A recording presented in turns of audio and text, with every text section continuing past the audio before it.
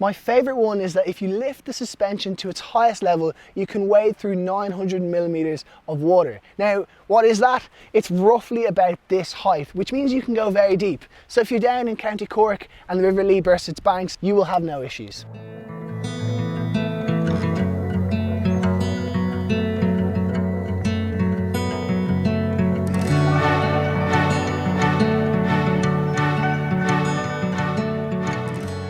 Hello and welcome back to the DoneDeal YouTube channel. Today we're reviewing one of our first premium cars. This is the Land Rover Discovery. Now it is beautiful to look at and it has the price tag to go along with it, coming in at a starting price of 63,000 euros. However, this one, it's a little bit more than that. It's the HSE model. It comes with bigger wheels, a bigger engine and a lot more bells and whistles. It rivals the Audi Q7, it rivals the Volvo XC90, and there is so much to see. So let's discover the Discovery and see what goes on in the boot. To open the boot, you could go the traditional route and press a button under there, but that's a lot to ask for. So instead, we're going to press this button on our key. Now obviously the boot lifts up and you have this electric tailgate. This doesn't come as standard, but if you upgrade to the HSE, it does come with that. It's kind of one of those bells and whistles. Now, as you can see, the boot is kind of minuscule, but that's because there is a big, healthy 7-seater option in this car. So for now, we're going to fold these down just to show you, do the headrest, and then you pull the lever there, likewise on here. And as you can see, the boot becomes a lot bigger and you can actually fold down the next row of seats as well. And then it is actually gigantic. Now, in terms of bells and whistles, I'm going to be using that word a lot in today's review because there are so many. So let's say, for example, you don't want to haul something in. You can literally lower the height of the car because it's on air suspension. If that isn't fancy, I don't know what is. Anyway, other little features, you have some storage, you have a 12-volt socket, you have a few tethering points. It has all the ordinary things, but then it has all those extras. So let's check out the inside and check out how much space there really is in the rear. Now, when you open up the back door, this place is quite vital, and the reason being is because there's 7 seats, so the chances are you're going to have a lot of kids in this car. So how much space do we have? Well, naturally, let's begin with the comfort. Plenty of comfort, a good bit of knee room, and a nice bit of headroom. However, that panoramic roof does kind of eat into it like it does with most cars. In terms of storage, you have like an airplane drop down kind of pouch here and another one there. You've got plenty of cup holders here, and what's more is you have your 12-volt sockets down here. You also have a center armrest with 2 drink holders. So life of luxury is definitely a go in here. Now, one of the really nice features of the Discovery is that you can actually carry 5 babies at once. Why you would want to do that, I don't know, but you can have a child seat here, a child seat here, a child seat here, and in the back, 2 more child seats. So it is good if you plan to have a large family. And in this 3rd row, well, you have a lot of space. This has to be the largest 6th and 7th seat on the market. And what's more is you have some USB points here so the kids can charge their phone. Now, we're gonna go for a drive.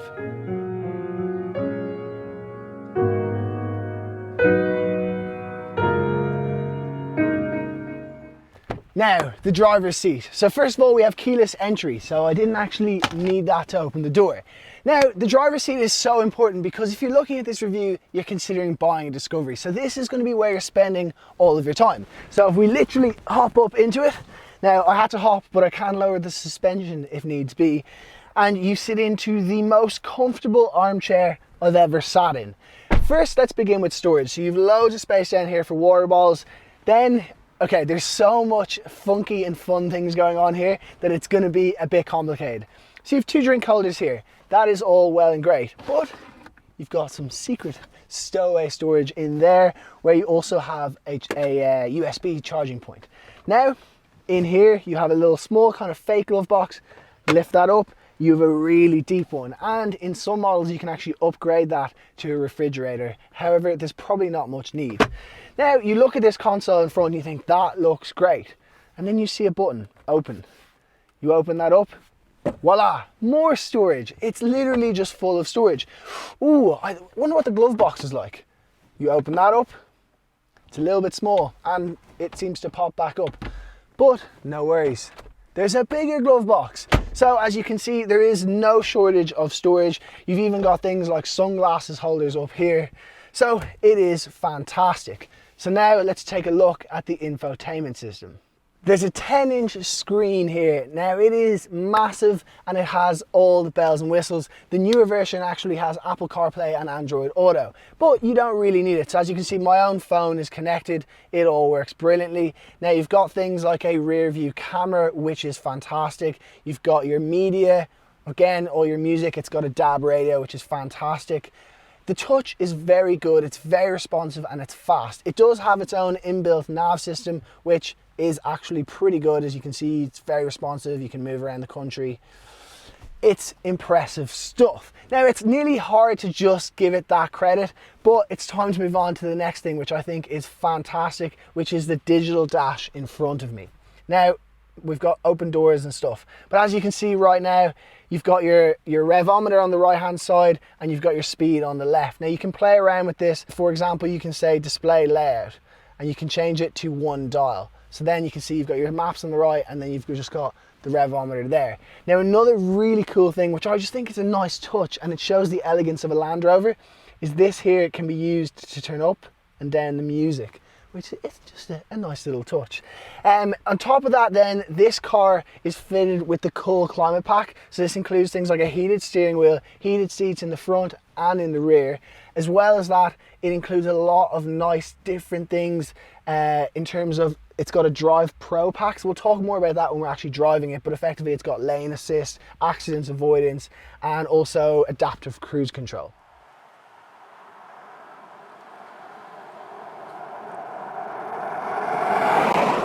Now to drive this car, well, it's naturally really nice. This particular one has the upgraded V6 3-litre twin turbo 306 brake horsepower. So when you put your foot down, there's plenty of power and there's actually a nice little purr that you can hear.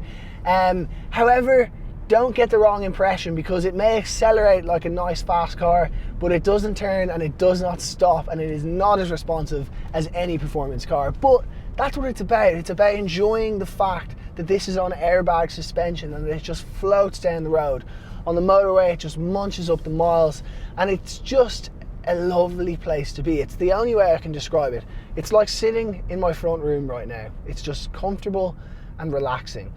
I did speak about some of the driver aids. There's plenty of it in terms of lane assist. It has adaptive cruise control, so basically you can keep the same distance, so you can completely switch off. Well, not completely, but you can relax a bit when you're driving on the motorways. And these driver aids are fantastic, and we're seeing them a lot more in cars, and I think that's kind of the way the future's going, as autonomous driving is a real thing.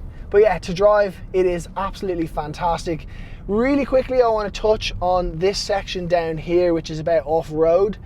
Now, we're never really going to take this off-road, and the average viewer probably isn't, as most of these cars belong in places like Fox Rock doing the school run, let's be honest. But the off-road capability is incredible. You can turn on and off the diff, you can lock it, you can go, you've got a downhill descent mode, you've got loads of different stuff. So if you put it in this mode, for example, it's called grass, gravel and snow. So if it's a little bit slippy out, make sure to put it in there. And it's just very equipped for all scenarios.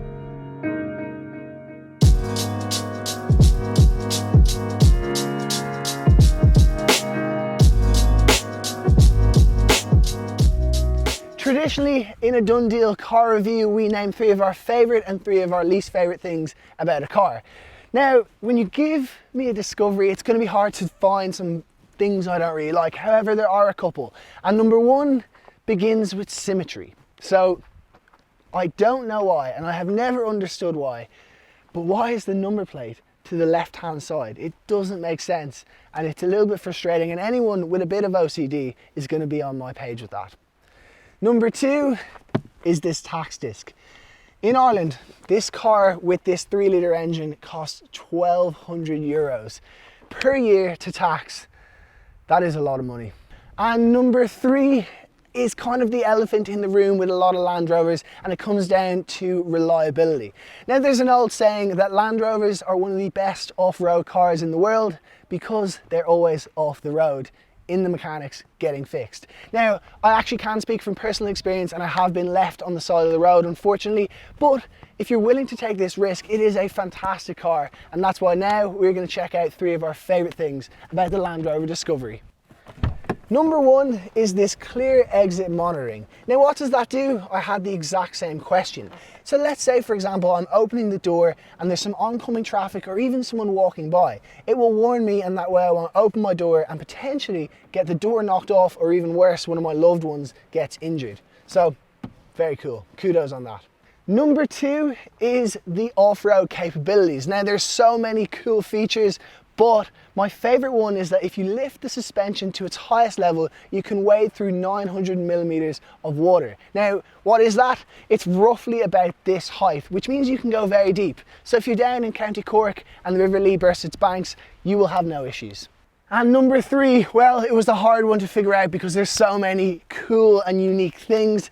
However, I'm going to go ahead and say that I'm pretty sure Brian O'Driscoll drives one, and that is cool enough for me.